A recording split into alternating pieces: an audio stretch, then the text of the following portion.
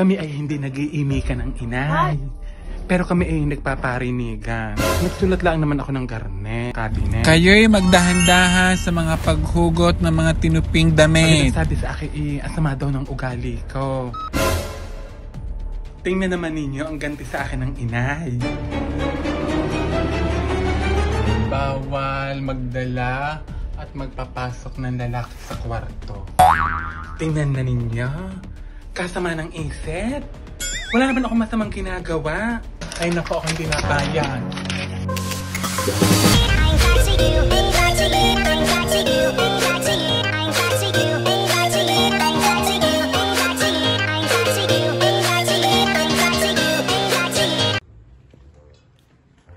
Diyos, akala ko nakalinis ka na. Oo nga. Kami nagbabag na naman ng inay. Nagpandali na naman kami. Bakit? Di ka, pinagawa ng inay ng cover. Aray. Hindi ka rin item. Original na rin item. Pinagawa ng cover na garnet. Kulay gray. Siyempre, ano nga ang cover? Di ka? Tapos nilagyan na naman ng garnet. Nilagyan naman ng kumos. Sabi, ba't hindi nyo kaya lagyan ng banig? Ang ganda na ayos ko kanina. Ganda yung ayos na rin kanina. Yan, kaganyan yan. Pwede ko lang Inalis ng inay. Sabi ka ng inay, kung ako doon maglalaba. Nagdadala din hindi ako naglalaba. Kaya basta na lamang ako display ng display. Isa niya naman maayos pagkaganyan.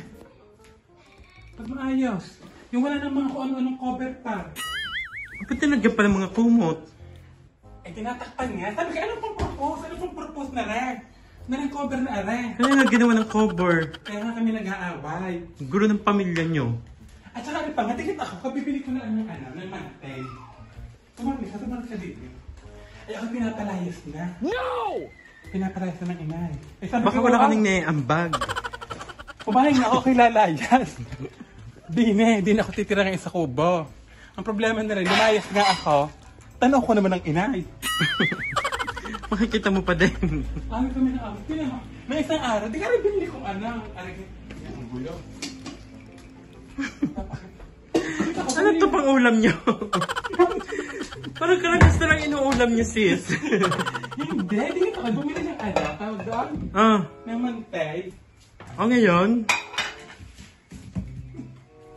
Ikinabit pa rin ang luma. Ikinabit pa rin. Di kita rin na. Ano na mantel na bago ko? Yan ang bago kong mantel, binili. Ang daming mantel, patong-patong na yan. Kaya nga, amat ko yan. Ano yung mantel? Yan. Ako'y natutumihan din. Ako'y natutumihan na din eh. Pero pagkakaitin na ng plastic, kaya ako'y bumili ng mantel. Inilagay na naman, pagkalagay ko. O kaya nga binili mo na yan, diga, para meron ng mantel, tapos papatungan na naman ng mga... Ay, man nga, bigla na mga ina. Alam mo, tama si Lenny.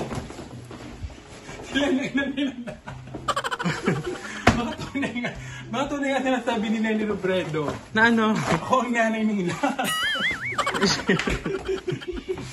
Diyos ko po, yun ang yung ginagawa.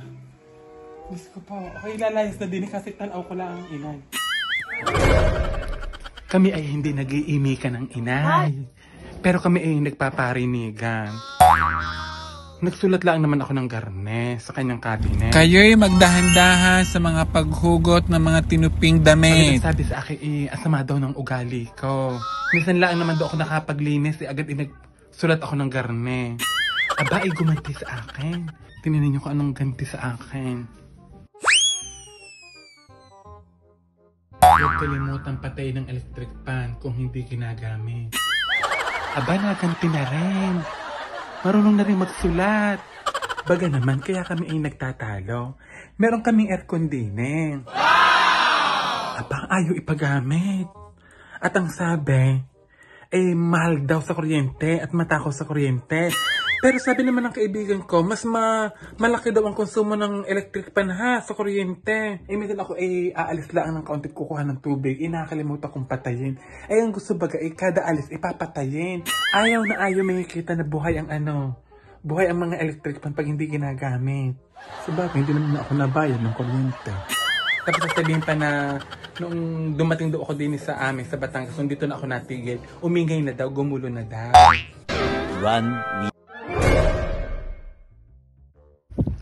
Aba, hindi naman maaring hindi ako gagante. O, tingnan ninyo kung anong isinulat ko naman. Dini ilagay ang mga salamin, wallet, etc. para hindi hanap ng hanap. Aba, ay yung baga naman kung saan ipinapatong ang mga salamin. Ay kami naman ang napapagod maghanap kung saan-saan. Ay kaya ako gumawa na din eh. Hindi naman sa pambabasto. Para pag sila maglalagay ng mga gamit, hindi kung saan-saan. Para hindi na rin kami nahihirapang maghanap. Kaya sabi ko, ano naman hindi parinig, kabastusan sa magulang iyon. Ibig ko lang sabihin, para hindi na rin ako na hihirapang maghanap. 3 days later. Ang aral, at may sinusulat na naman. Ano kaya itong sinusulat na naman sa akin? Para nagganti na naman. Tingnan naman ninyo ang ganti sa akin ng inay.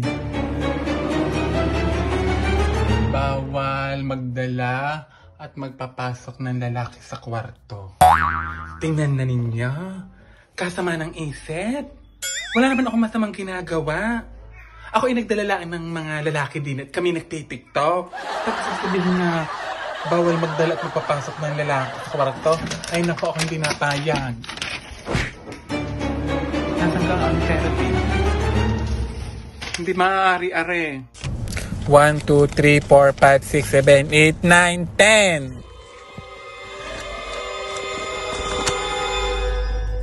10. Inay! Inay! Inay! Anong isinulat ninyong aray? Anong sinulat ninyong aray?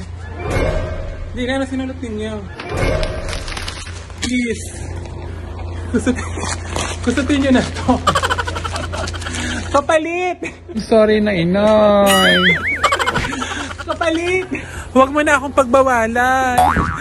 Wala lang mga to!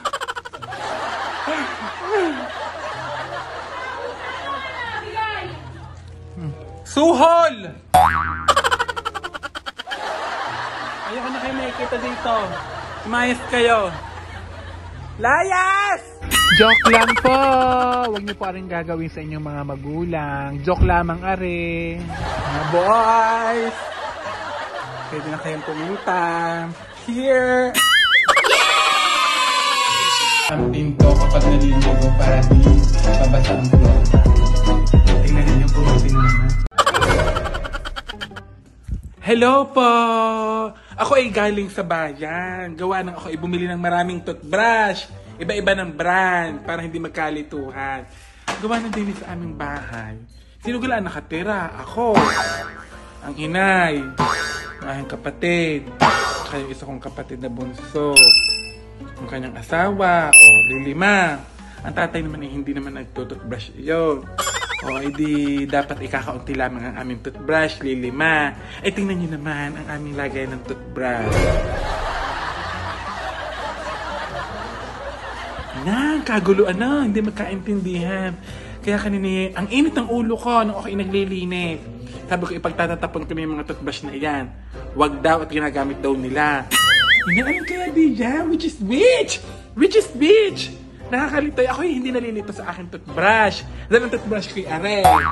Wala naman ang ginagamit ko sa akin. Kaya hindi nila magagamit. Are. Ay ako ang namumroblema sa kanila na baka magkalito-lito sila kung kanino toothbrush ang magamit.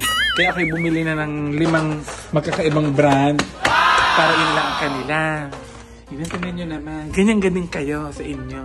Marami din toothbrush sa inyo. Iba-iba din. Oo. Ako'y nabukod na nga sa kanila. Ari binubukod ko at aking toothbrush. Nagtataka talaga at kadaming toothbrush din sa amin. Ay! Kumuha kayo din ng mga toothbrush ninyo. Pumili kayo ng isa at lagyan nyo ng mga pangalan ng hindi kayo mga nalilito. Lagyan nyo ng mga pangalan ng mga toothbrush nyo din ha. Itainitin nyo na naman ang ulo. Naku, sinasabi ko sa inyo, huwag nyo ang paglilinisan ng bahay. Talagang pag kayo naglilinis ng bahay ako, nainit ang ulo. Hindi ko alam. Hi! Good morning, mga marites! Ako'y may kukwento sa inyo tungkol sa inay! Inang ko pong inay! Nakakasura! Garne. Ana, ikukwento mo na naman ako, sisiraan mo na naman ako dyan sa Facebook. Oh, okay, mag-alala. Inyo, bye ko sa inyo. Sa mga kita ko sa Facebook. Naman, sige nga. Siya, kwento mo na rin. Ano yan, nag-away ng tatay mo dahil sa paghuhugas ng pinggan? Ay, wala pala.